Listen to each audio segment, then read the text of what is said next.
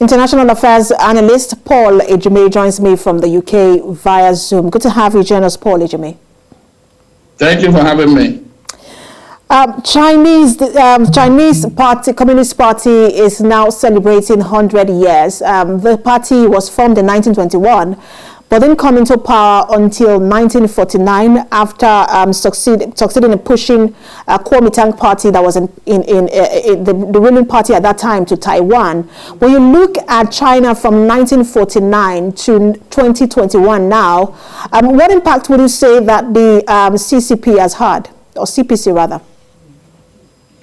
Well, the party, apart from the party in North Korea, this is the longest, the oldest party, as it were, surviving.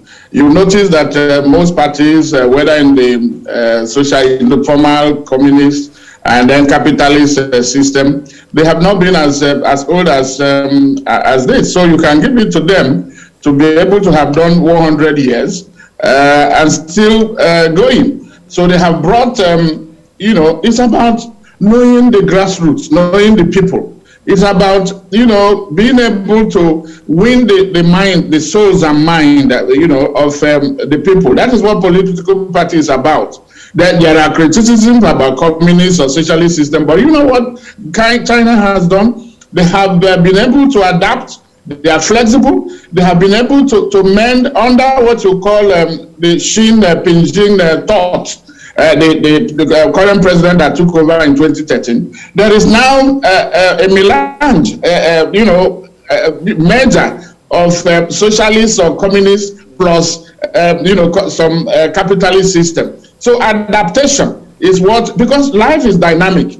They have seen what happened in the Soviet Union, and they are learning. They have done a better job of it because even capitalism has its own faults. So that is what you have to commend this party, what they have done, and they are going strong. That is not to say that they don't have problems, but they've been able to manage it in a way that it has left the country is running, a sustainable kind of by their own standard, So they are not judging. You don't judge them by capitalist standard. And that is what Africa can do too, to see what works for Africa. It's not necessarily you live and die with other people's method. So it's a way of trying, alternative, like you said, like your reporter said, alternative governance systems. And I think the Chinese have done a good work of it. You look at the economic growth.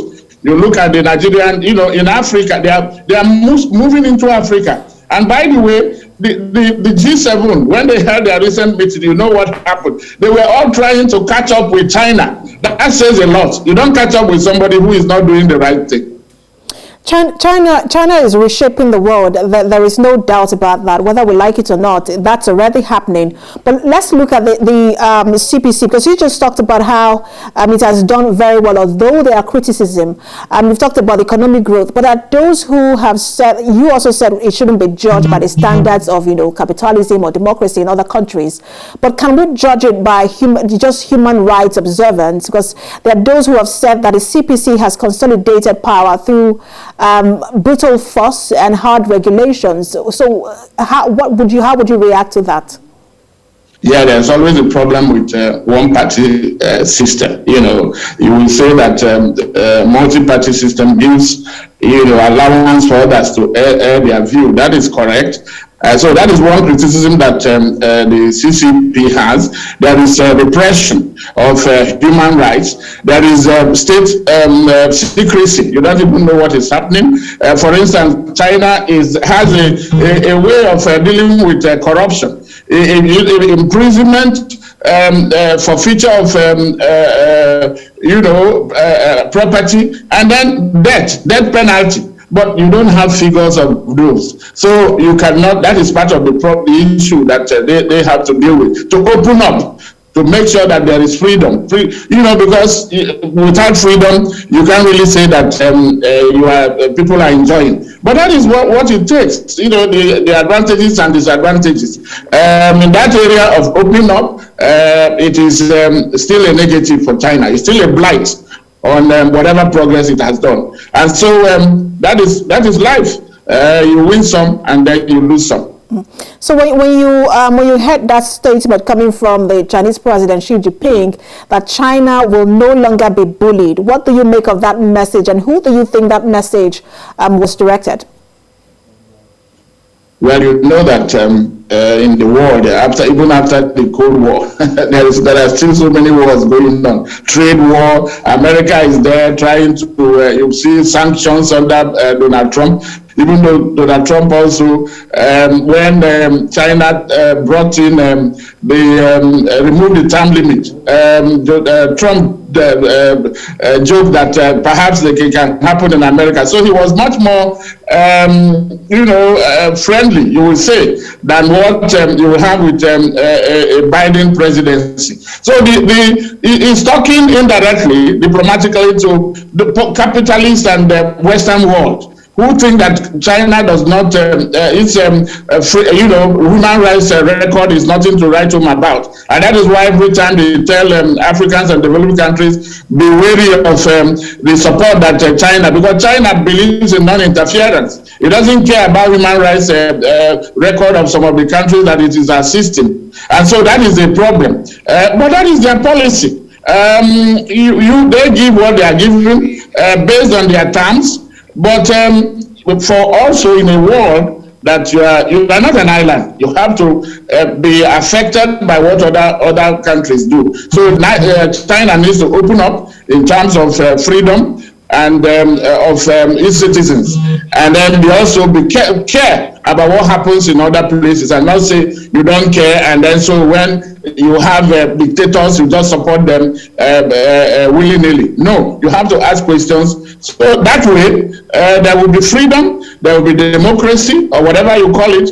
There will be justice, there will be peace in the whole world, and fairness, because that is what it is. So I think there are flaws that China needs to, even as the party, the Great Party, they have celebrated in a very grand style, showing a very extravagance. Planes riding, about 51 of them, writing 100 in the skies. So, yes, they are celebrating, but they have also a long way to go. I have a few minutes left, so I have to quickly interrupt you just to ask you, because we've seen a several wave of defection here in Nigeria, and I don't want to end this conversation without talking about this. We've seen a party that has celebrated 100 years, whether you criticize them or not, they've been there for 100 years. But here in Nigeria, parties have come and go, people swing parties. I'm not sure we're ready for a one-party system yet, but what do you think can be learned, especially as we begin to talk about the 2023 general elections? What can parties learn from the CPC? A lot, and that is that the party is about the people. It's about the welfare of the people. Nigerians, from what all the parties are, what they are demonstrating, it shows that it's about the self-aggrandizement, the self-interest of politicians. They don't even care about those who are voting for them. That is why somebody will, see the defection. It's unconscionable.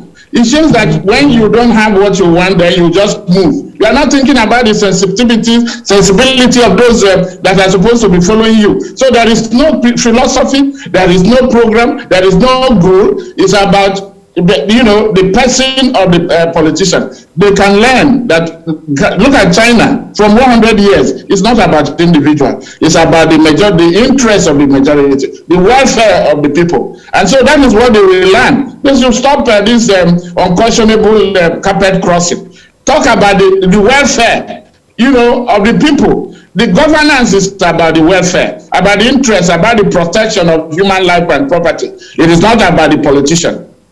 All right, just so much to talk about China and the CPC, but I'm afraid this is the time we'll have. Always great to talk to you, International Affairs Analyst Paul Ejime. Thanks for talking to us. Thank you for having me.